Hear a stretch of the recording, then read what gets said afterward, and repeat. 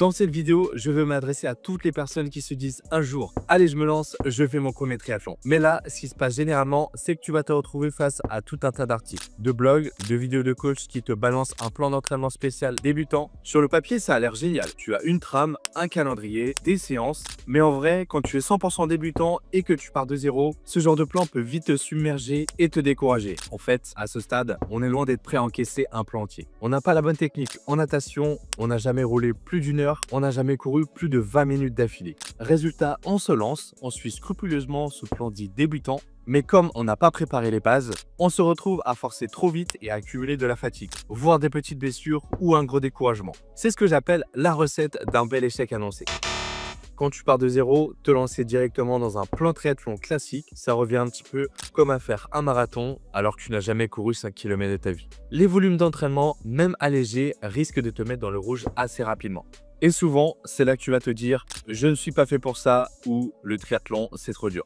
Alors qu'en réalité, il te manquait juste une phase d'apprentissage avant de te jeter dans le grand bain. Au lieu de ça, ce que je te propose, c'est un pré-programme de 4 à 8 semaines pour poser tes fondations. Comme certains sports comme le crossfit ou le surf qui intègrent des phases d'initiation, une sorte de rampe de lancement, c'est ce qu'on va faire pour le triathlon. Le but, que tu sois prêt à te lancer dans un plan d'entraînement structuré sans te mettre dans le rouge dès la première séance. Concrètement, quand tu auras suivi cette phase de 4 à 8 semaines, tu sauras nager en étant détendu, en respirant sans paniquer, choisir un vélo ou optimiser celui que tu as, pédaler assez efficacement pour pouvoir enchaîner la course, courir avec une technique correcte sans être essoufflé au bout de quelques minutes et éviter de te blesser. Ça va être une vraie passerelle pour n'importe quel plan de triathlon. Pourquoi j'insiste autant sur cette phase de pré-entraînement? Quand j'ai commencé le triathlon, j'ai fait un petit peu comme tout le monde, j'ai regardé des tutos, des vidéos sur YouTube, j'ai trouvé aussi des plans sur Internet, j'étais persuadé d'être sur la bonne voie. 5 mois de préparation pour mon premier triathlon S, je pensais être prêt, mais en réalité, pas du tout. Dès la natation, j'ai compris mon erreur, impossible de tenir le crawl, et j'ai donc fait les 750 mètres en brasse. Sorti de l'eau déjà fatigué, je me suis dit que j'allais tout donner sur le vélo. Sauf que là, grosse erreur aussi, je savais juste pédaler vite, mais sans aucune stratégie. Résultat, après 20 km à bloc, j'avais les cuisses en béton armé.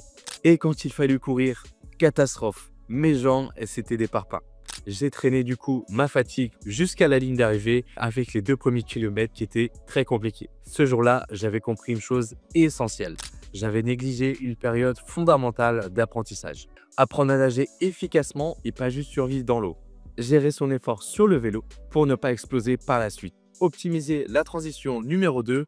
Bref, j'aurais pu éviter cette galère et toi aussi. Le système qu'on va voir dans cette vidéo, c'est un peu un programme du canapé au triathlon, où on va bâtir cette fondation essentielle qui va te permettre d'éviter des mois, voire des années de tâtonnements et d'erreurs. D'ailleurs, certaines personnes n'intègrent jamais ces phases et galèrent toute leur carrière triathlétique. La natation, apprendre à respirer et à flotter. Objectif, 400 mètres non-stop en respirant cool. Pour bien démarrer, je te conseille de viser ce premier palier, être capable de nager 400 mètres, peu importe ta vitesse, sans pause, tout en gardant un niveau d'effort modéré. Si tu arrives au bout de ces 400 mètres complètement essoufflé, c'est qu'il y a encore un truc à travailler. L'idée, c'est de sortir de l'eau sans avoir l'impression d'avoir fait un sprint. Le point clé, l'expiration pour éviter la panique. Souvent, les coachs de natation sont d'anciens nageurs qui ont commencé tout petits. Du coup, ils vont te parler de catch, de pull, de position de coude, alors que toi, tu n'as même pas la base, respirer et ne pas couler. La première étape, ça va être d'apprivoiser l'eau. Apprendre à souffler sous l'eau pour éviter l'accumulation de CO2. Face dans l'eau, main sur le rebord. Tu inspires dehors, tu mets la tête sous l'eau et tu souffles fort comme si tu voulais faire de grosses bulles. Ça t'habitue à évacuer ce CO2. Décoller les pieds du fond, toujours en tenant le rebord. Essaye de garder tes talons près de la surface. Ton bassin haut et ta tête alignée. Le but, ressentir la flottaison. Utiliser tuba et palme. Ça permet de diminuer la complexité, tu n'as pas à te concentrer sur la respiration et de concentrer ton attention sur l'alignement du corps et le coup de jambe. Retrait progressif du tuba. Commence ensuite à tourner la tête pour prendre ta respiration. Donc attention à ne pas tourner trop la tête comme ça, mais juste à tourner la tête légèrement. L'eau doit arriver à peu près juste ici. Là, l'idée, c'est que dès que ton visage rentre dans l'eau, tu repartes en expiration continue. Après ces étapes, tu seras capable de nager en restant détendu, sans panique, et tu pourras passer à un entraînement plus classique, travail d'endurance, travail de technique, etc. Le vélo, comment choisir et comment s'entraîner? Quel vélo prendre quand on est débutant? On me pose souvent la question, est-ce qu'il me faut absolument un vélo de triathlon? Mon conseil, c'est de prendre le vélo que tu as ou que tu peux facilement emprunter ou acheter, mais pas besoin d'un gros vélo, surtout pour le premier triathlon. Si c'est un VTT, un vélo de route ou un VTC, peu importe, prends ce que tu as. Pour un format sprint ou olympique, tu peux mettre des prolongateurs et c'est parti. Donc si tu deviens vraiment accro au triathlon et que tu en fais plusieurs dans l'année, là je te conseille de prendre un vélo, d'investir dans un bon vélo, dans du bon matos, ce sera super important. Forcément, tu seras beaucoup plus à l'aise sur la course et tu iras plus vite. Si tu veux juste varier les plaisirs, donc sortir entre potes, cyclocross, VTT, etc., prends juste un vélo de route polyvalent, tu peux mettre des prolongateurs ou non et c'est parti. Combien de séances par semaine? Je suis convaincu qu'avec 2 séances de vélo bien ciblées, tu peux progresser énormément, surtout au début. Donc, première sortie, séance longue et cool. Tu roules à basse intensité, tu peux démarrer par 20-30 minutes et puis au fur et à mesure des semaines, tu augmentes progressivement de 8 à 10%. Le but, ce sera vraiment de construire ton endurance de base en travaillant à faible intensité. Séance numéro 2, séance courte et intense. Sur 30 minutes à un peu plus d'une heure, tu fais des intervalles à haute intensité, entre 30 secondes jusqu'à 8 minutes, voire plus. Tu dois être bien fatigué à la fin de cette séance et ça booste ta puissance. L'importance de la progressivité. Fais ces 2 séances chaque semaine en adaptant l'intensité à ton niveau. L'objectif est d'être capable de rouler 1 heure à une allure correcte et sans être épuisé. Une fois que tu as atteint ce stade, tu seras alors prêt à suivre un plan d'entraînement triathlon plus structuré et plus avancé. On entend souvent les coachs dire il faut accumuler des kilomètres, mais moi je préfère une approche plus efficace, un bon mix entre endurance et intensité. D'ailleurs, si tu débutes, mieux vaut ne pas abuser des séances intenses. 1 semaine sur 2 suffit largement au début pour laisser ton corps s'adapter, progresser, surtout éviter le risque de blessure et de fatigue excessive. La course à pied, comment éviter le shuffle? Objectif 30 minutes non-stop. Pour la course à pied, la cible sera de tenir 30 minutes de course continue sans finir complètement cuit. Et surtout, j'ajouterais pouvoir accélérer un peu si besoin, donc ne pas être cantonné à un rythme très lent. Beaucoup de programmes push de 5 km transforment les gens en coureurs lents avec une foulée traînante où le pied atterrit loin devant. Résultat, c'est inefficace, tu peux créer des chocs et tu n'apprends pas vraiment à courir vite. Choisir ses chaussures. Les études montrent que le plus important, c'est de choisir une chaussure qui respecte ta foulée naturelle. En général, il faut opter pour un modèle neutre avec un drop modéré, maximum de 6 mm, pour favoriser une course plus naturelle et limiter les contraintes sur le corps. Mais surtout, ne choisis pas une paire de chaussures sur le papier ou en ligne sans l'avoir testé. Il est essentiel d'essayer tes chaussures en magasin, sur un tapis de course ou en trottinant quelques mètres. C'est le meilleur moyen de ressentir si elles sont confortables et adaptées à ta foulée.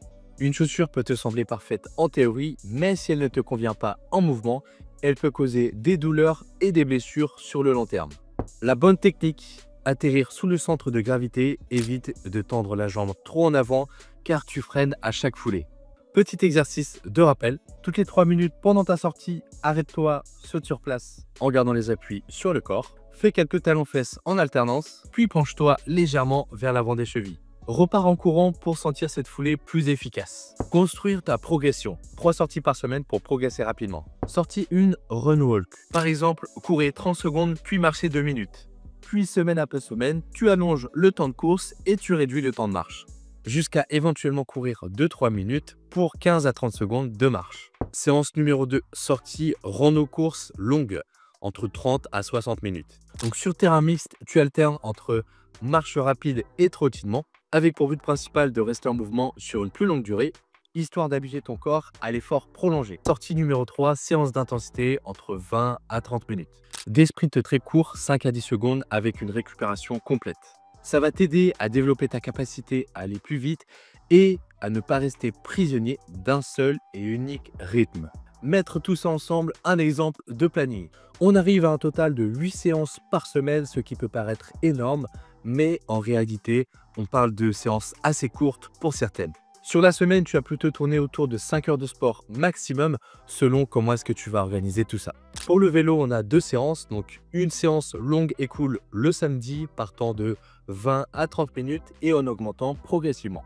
Une sortie intense 20 à 40 minutes avec des intervalles rapides pour booster ta puissance. Pour la course à pied, nous avons 3 séances. Dimanche, la sortie rando-course, donc 30 à 60 minutes, allure tranquille sur terrain pas forcément plat, pour travailler l'endurance sur jambes fatiguées après la sortie vélo. Vendredi, la séance run walk de 20 à 30 minutes. Milieu de semaine, mercredi au jeudi, la séance de petit sprint entre 20 à 30 minutes, voire un peu plus si tu as envie d'aller chercher un peu plus loin. Natation, 3 séances aussi à caser sur les jours qui t'arrangent, donc que ce soit lundi, mercredi, dimanche ou samedi, peu importe. En général, 20 à 30 minutes de drill, exercice de respiration, exercice de flottaison, etc.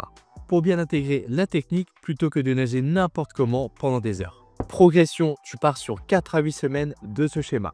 Tu ne forces pas comme un malade. Chaque semaine, tu fais une augmentation de 8 à 10% de ta sortie à vélo et pareil pour la sortie rando course à pied. Côté natation, tu te concentres d'abord sur la propreté du geste et de l'aisance respiratoire. Au bout de ces 4 à 8 semaines, tu vas savoir nager 400 mètres d'affilée sans paniquer, rouler 1 heure sans être épuisé et courir 30 minutes sans effondrement. À ce moment-là, tu seras apte à passer sur un plan d'entraînement triathlon plus classique. Tu vas absorber les séances sans te blesser ou te décourager. Conclusion, passer de 0 à triathlète. C'est très simple mais très efficace. Il se retrouve à galérer dans chaque discipline et parfois à abandonner en se disant que le triathlon c'est trop dur. Toi, ce que je te propose, c'est de prendre ces quelques semaines pour construire les bases. Fais ça sérieusement et tu verras que ta progression sera beaucoup plus fluide, que tu t'amuseras beaucoup plus dès que tu passeras sur un vrai plan triathlon, que ce soit format sprint, olympique, alpha Ironman, Ironman, double Ironman, peu importe. Maintenant, si tu veux en savoir plus sur comment préparer ton premier triathlon, j'ai fait une vidéo dédiée où je détaille les étapes qu'on mettra en place. Va checker tout ça parce que c'est vraiment la clé pour une préparation réussite et sans blessure. Je te souhaite bon courage, amuse-toi bien pendant cette phase de préparation. Si tu as des questions, pose-les en commentaire et je me ferai un plaisir d'y répondre. Et si tu connais quelqu'un qui galère à se lancer, partage-lui cette vidéo, tu vas peut-être lui éviter des mois de frustration. Allez, on se retrouve très vite dans une prochaine vidéo. D'ici là, prends soin de toi et n'oublie pas, le triathlon c'est du plaisir avant tout. Construis ta base, progresse et surtout savoure chaque étape. À très vite.